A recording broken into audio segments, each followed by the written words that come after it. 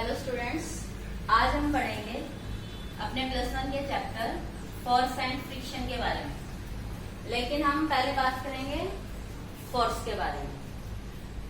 तो स्टूडेंट्स, जैसे कि आप छोटी क्लासेस से भी पढ़ते आ रहे हैं, फोर्स के टाइप, फोर्स के different names.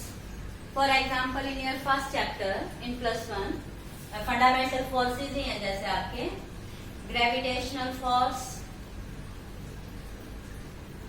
Electromagnetic force and nuclear forces. इसी तरह से आपने सेकंड चैप्टर में भी पढ़ा होगा कि दैट इज सेंट्रीपिटल फोर्स। लेकिन स्टूडेंट्स, जितने भी फोर्सेस के नाम हैं, अगर हम इन सब के बारे में पढ़ते हैं, इन सब का मीनिंग हम समझते हैं, तो कहीं ना कहीं जाके एक बात आती है कि that is a interaction. Okay, interaction between two objects, two body, two particle and so on. और जो इंटरेक्शन है, इस इंटरेक्शन का मतलब क्या है कि एक पार्टिकल दूसरे पार्टिकल के साथ, एक बॉडी दूसरे बॉडी के साथ किसी तरह की कोई एक्टिविटी कर रही है। और अगर हम एक्टिविटी की बात करें तो हम ये भी कहते हैं कि जैसे कि हमारे पास कोई ऑब्जेक्ट है, उसको हम पुश कर दें, या कोई ऑब्जेक्ट है उसे हम क्या करें, पुल। अगर कोई आपके पास रोड है, आप उसे क्या करते, बैंड सिंपली। इसी तरह से अगर आपके पास कोई स्प्रिंग है, कोई रबर बैंड है, आप उसे स्ट्रेच करते हैं। तो स्प्रिंग या रबर बैंड है तो स्ट्रेच करने से क्या हो जाएगा, उसकी लेंथ इंक्रीज हो जाएगी। और अगर आप उसे कंप्रेस कर देंगे तो उसकी लेंथ डिक्रीज हो जाएगी। तो कहने का मतलब, जितने भी तरह के फोर्स से रिगार्डिंग आप वर्ड पढ़ चुके हैं, फोर्स के बारे में आप पढ़ चुके हैं, तो कुल मिला के अगर हम कॉमन सेंस में फोर्स को डिफाइन करना चाहे तो हम सिंपली क्या कहेंगे, interaction between the two body, two object and two particles. लेकिन that interaction may be in the form of attraction, in the form of repulsion, may be in the form of pushing, in the form of pulling, in the form of bending, in the form of stretching. Okay? तो यहाँ ये जो different kinds के interaction है कि एक body दूसरे body के साथ जिस भी तरह से इंटरेक्ट करती है, जो हमारे पास एक्टिविटी शो होती है, that is actually result of force. तो कुछ भी जो भी इनके नाम है, हम सबको छोड़ के हम सिंपली बात करेंगे एक कॉमन कॉन्सेप्ट के बारे में, and that is called force. And this force is actually, you can say it is simply an external effort। कि जो फोर्स है वो चाहे पुशिंग है, पुलिंग है, बेंडिंग है, स्ट्रेचिंग है, ट्रैक्शन है, रिपल्शन है, कोई भी उस फोर्स का नाम है।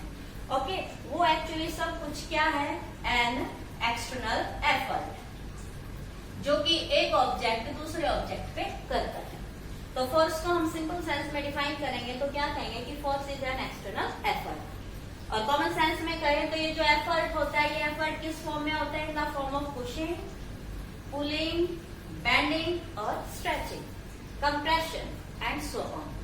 तो हम वेरी सिंपल सेंस में फोर्स को अगर कहेंगे तो it is an external effort, कि force is the name of any kind of external effort, and that effort may be in the form of pushing, pulling, bending, stretching, attraction, repulsion and so on. तो students, ये तो है force का meaning. अब जो force है, जो effort है, जो इंटरेक्शन है, उसे हम मेजर करना चाहेंगे। तो फोर्स को अगर हम मेजर करेंगे तो फोर्स का जो मेजरिंग है, जो फॉर्मूला है, वो एक्चुअली क्या है, इन ए वेरी कॉमन सेंस हम फोर्स को लिखते हैं product of mass and acceleration. तो जो फोर्स है वो product of mass and acceleration है। और जो ये एक्सेलरेशन है, ये किसी भी सेंस का हो सकता है। यू कैन से कि जो एक्सेलरेशन है, ये है, आपने अब तक जो कॉमन सेंस में पढ़ा है, उस एक्सेलरेशन का मतलब हमने क्वेश्चन में ही पढ़ा है। ओके, कि जो एक्सेलरेशन है वो है change in velocity per unit time. लेकिन हम यहाँ एक्सेलरेशन को चेंज इन स्टेट भी कह सकते हैं, क्योंकि वेलोसिटी जो है वो स्पीड भी है, चेंज इन पोजीशन भी है, चेंज इन डायरेक्शन भी है। तो यहाँ कई चीज वेलोसिटी के साथ, एक्सेलरेशन के साथ एसोसिएट होती है। तो जो आपका फोर्स है, उस फोर्स को हम कॉमन सेंस में किससे मेजर करते हैं, मास एंड एक्सेलरेशन। लेकिन जो डिफरेंट काइंड के फोर्सेस हमने पढ़े हैं, अगर हम उनका मैग्नीट्यूड कैलकुलेट करने लग जाए तो यहाँ जो फोर्स होगा वो इसकी जो सेंस मास इंटू एक्सेलरेशन है वो शायद आपको काफी कॉम्प्लिकेट मिले। तो उससे घबराना नहीं है कि यहाँ हम कह रहे हैं कि force simply product of mass and acceleration है, लेकिन हमने तो फोर्स कई टाइप के पढ़े हैं, like gravitational force, centripetal force, electromagnetic force, electrostatic force and so on. तो ये जो हमारे पास डिफरेंट काइंड्स ऑफ फॉर्मूले हैं वो एक्चुअली किस बेस पे है, इन द सेंस हमारे पास जो पार्टिकल है उनके बीच में जो इंटरेक्शन है वो किस टाइप की है। लेकिन हमारे सिलेबस में जो फोर्स हम पढ़ेंगे इन दिस चैप्टर ओनली वो एक्चुअली रिलेट करता है मोशन से।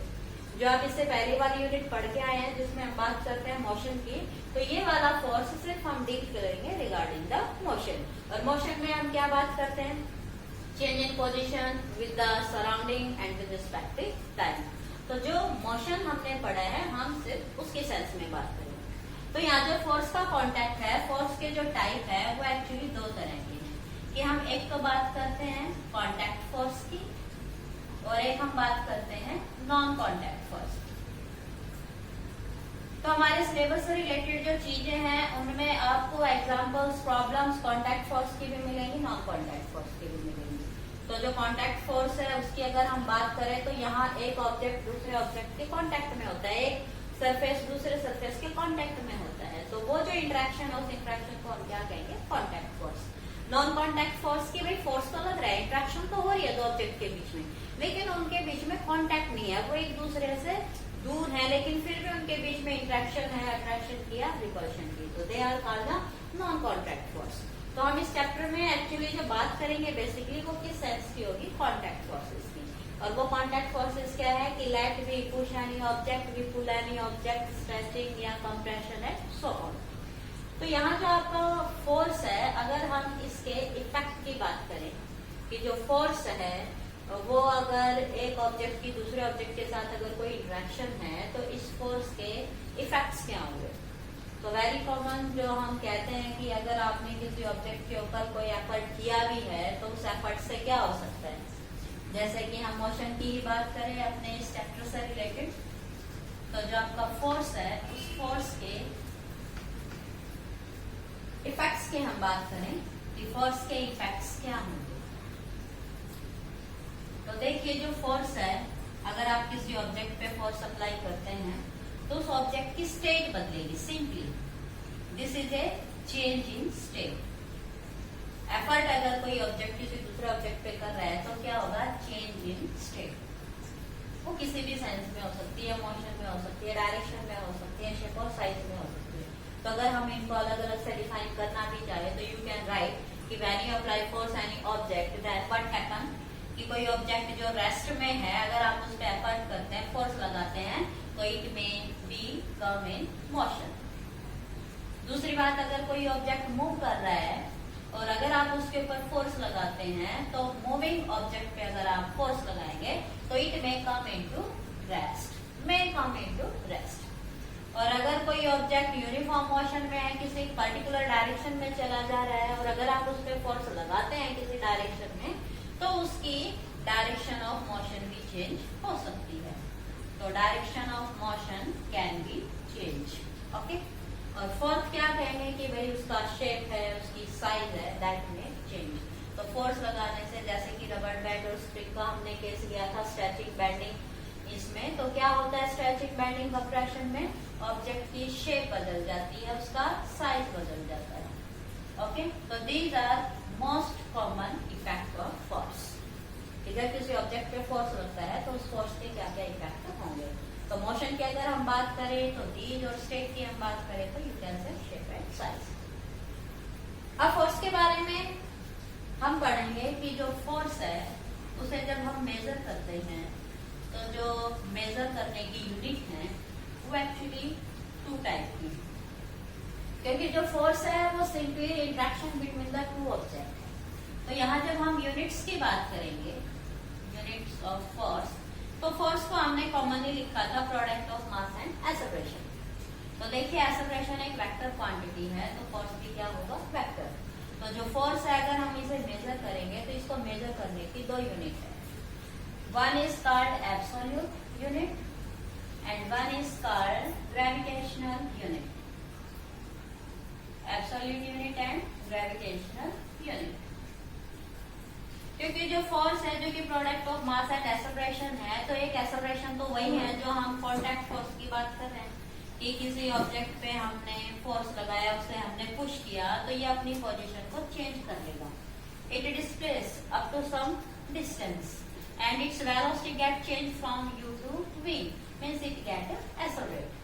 तो एक फोर्स तो है ये कि हमने किसी चीज को पुश किया या पुल किया तो उसकी वेलोसिटी चेंज हो गई, उसकी डायरेक्शन चेंज हो गई, वो एक्सेलरेट कर गया, तो force is equal to mass into acceleration. लेकिन एक हम बात करते हैं कि फोर्स है ड्यू टू द ग्रेविटी, कि जो भी कोई object on this earth surface, तो अर्थ उस पे हर समय अपने सेंटर की तरफ एक ग्रेविटेशनल फोर्स लगाती है. अर्थ उसे हर समय अपने सेंटर की तरफ अट्रैक्ट करती है. तो यहाँ जो इस ऑब्जेक्ट पे फोर्स लग रहा है, वो फोर्स किसकी वजह से भी है? ग्रेविटी की वजह से. कोई भी ऑब्जेक्ट है, हर ऑब्जेक्ट पे हर समय अर्थ अपना ग्रेविटेशन पुल लगाती है, और वो जो ग्रेविटेशन फोर्स है उसे हम क्या कहते हैं? Weight of the body. तो weight is the force due to the earth on the object toward its centre. तो यही जो फोर्स है ये इसकी वेट की फॉर्म में है, जिसे हम क्या लिखते हैं? m इंटू जी. क्योंकि यहाँ जो ऑब्जेक्ट में एक्सेलरेशन होता है वो हमेशा वर्टिकल डाउनवर्ड डायरेक्शन में होता है toward the centre of earth. तो इस ऑब्जेक्ट पे अगर फोर्स लग रहा है तो एक फोर्स वो है जो हम अप्लाई करें, mechanical force on this object by some external agency, but one force always act on it every time, that is its weight due to the gravity of earth. तो जहाँ ग्रेविटी का effect होता है तो उन units को हम क्या बोलते हैं? Gravitational unit. तो जितने भी फिजिकल क्वांटिटी आप पढ़ते हैं, फिजिकल क्वांटिटीज में अगर कहीं भी ग्रेविटी का इफेक्ट है तो हम उस यूनिट के साथ साथ एक यूनिट और कंसिडर करते हैं, that is called gravitational unit. तो जो फोर्स है उसकी हम 2 काइंड्स ऑफ यूनिट पढ़ते हैं, one is called absolute and one is called gravitational unit. तो यहाँ जो आपकी एब्सोल्यूट यूनिट है इसको हम सिंपली बात करते हैं तो क्या कहेंगे कि if you write force is the product of mass and acceleration, तो force is measured in, mass is measured in kilogram and acceleration is measured in metre per second square. तो जो फोर्स की यूनिट है वो क्या हो जाएगी? Kilogram metre per second square. लेकिन इसको हम शॉर्ट फॉर्म में पढ़ते हैं, शॉर्ट नेम से भी पढ़ते हैं. न्यूटन नाम के साइंटिस्ट ने फोर्स पे और मोशन पे काफी रिसर्च की है, तो उन्हीं के सम्मान में फोर्स की जो यूनिट है kilogram metre per second square, इसे क्या कहा जाता है? न्यूटन.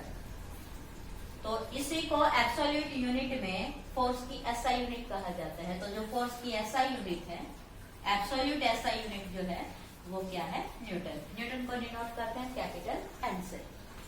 अब जो एब्सोल्यूट और ग्रेविटेशनल यूनिट है उनको हम 2 पैरामीटर में फिर डिवाइड करते हैं, और वो क्या है? That is SI system and CGS system. तो जो एब्सोल्यूट यूनिट है उस एब्सोल्यूट यूनिट में SI यूनिट क्या होती है? न्यूटन. और अगर हम CGS यूनिट की बात करें तो CGS यूनिट में हम किलोग्राम को अगर कन्वर्ट करें तो किलोग्राम किस में कन्वर्ट हो जाएगा? ग्राम में. ओके. और जो मीटर है वो किस में कन्वर्ट हो जाता है? सेंटीमीटर में. और जो सेंटीमीटर है वो क्या रहेगा? As it is. तो ये जो सीजीएस में हम इसे कन्वर्ट करेंगे तो हमारे पास क्या आ गया? 10 की पावर 5 ग्राम सेंटीमीटर पर सेकंड स्क्वायर. और सीजीएस सिस्टम में ग्राम सेंटीमीटर पर सेकंड स्क्वायर को कहा जाता है डायन. तो यहाँ जो सीजीएस सिस्टम ऑफ यूनिट है इसमें फोर्स की जो सीजीएस यूनिट होगी वो क्या होगी? डायन. तो एब्सोल्यूट यूनिट में SI is Newton and CGS is डायन. अब बात करेंगे हम ग्रेविटेशनल यूनिट की. तो जो ग्रेविटेशनल यूनिट होती है इसमें हम फोर्स को क्या लिखेंगे? m इंटू जी. तो यहाँ जो आपका मास है दैट इज इन किलोग्राम और g है वो क्या है? Metre per second square. लेकिन यहाँ जो kilogram metre per second square है, acceleration in the body due to the gravity of earth है, तो हम इस यूनिट को ग्रेविटेशनल यूनिट के सेंस में क्या लिखेंगे? You can say it is a kilogram force, या you can say it is kilogram weight. तो जो फोर्स है उसको ग्रेविटेशनल सेंस में हम क्या लिखते हैं? किलोग्राम फोर्स या किलोग्राम वेट. ओके. तो जो एसआई सिस्टम ऑफ यूनिट है इसमें हम ग्रेविटेशनल यूनिट को क्या लिखेंगे? किलोग्राम फोर्स या किलोग्राम वेट. और जो सीजीएस है उसमें हम क्या लिखेंगे कि जो किलोग्राम है उसे हम क्या कह देंगे, ग्राम फोर्स, और जो किलोग्राम है उसे हम क्या कह देंगे, ग्राम वेट। तो जो सीजीएस यूनिट है उसमें हम कहेंगे ग्राम फोर्स या ग्राम वेट। तो these are the gravitational unit. और एब्सोल्यूट यूनिट की हम बात करेंगे तो एब्सोल्यूट यूनिट में एसआई यूनिट क्या थी हमारी, न्यूटन, और जो सीजीएस यूनिट है वो क्या थी, डायल। ओके, और अगर हम 1 न्यूटन को डायल में कन्वर्ट करें तो क्या आएगा आपके पास कि जो 1 न्यूटन है इट इज एक्चुअली 10⁵ डायल। और इसी तरह से अगर हम ग्राम फोर्स को कन्वर्ट करना चाहें एब्सोल्यूट यूनिट में, न्यूटन में, तो यहाँ हम मास को क्या कहेंगे, लेट 1 kg। और जो एक्सेलरेशन प्रोड्यूस होता है वो हमें पता है ग्रेविटी की वजह से अर्थ सरफेस पे जो हम इसकी वैल्यू लेते हैं वो क्या होता है, 9.8 मीटर पर सेकेंड स्क्वायर। तो यहाँ जो आपके पास आएगा एक्सेलरेशन ड्यू टू ग्रेविटी वो क्या हो जाएगा, 9.8। तो जो ग्रेविटेशनल यूनिट है उनके according force on 1 kg object वो कितना होगा, 9.8 न्यूटन। तो जो 1 किलोग्राम फोर्स है, ओके, उस 1 किलोग्राम फोर्स को आप क्या कह सकते हैं, 9.8 न्यूटन। क्लियर है? तो these are your different kinds of unit and that is your absolute and gravitational unit. तो स्टूडेंट ये था फोर्स के बारे में एक कॉमन कॉन्सेप्ट कि what is force, its type, its unit and their conversion and effect of force. अब जो हमारे सिलेबस में है वो फोर्स का जो इफेक्ट है वो हम पढ़ेंगे मोशन के बारे में। और जो फोर्स इफेक्ट ऑन मोशन है, चाहे वो स्टेट ऑफ रेस्ट की है, यूनिफॉर्म मोशन की है, या motion in a particular direction की है, तो उन सब के बारे में हम पढ़ेंगे लॉज ऑफ मोशन। और वो जो लॉज ऑफ मोशन है वो डिस्कस किए हैं न्यूटन ने। तो जो न्यूटन ने मोशन से रिलेटेड लॉज दिए हैं उन्हीं के अंदर हमारे फोर्स का भी कॉन्सेप्ट है। तो ये फोर्स हम वहां भी पढ़ेंगे in the laws of motion. तो अब इसके बाद हम डिस्कस करेंगे about laws of motion given by the Newton and they are 3 laws and they are called Newton laws of motion.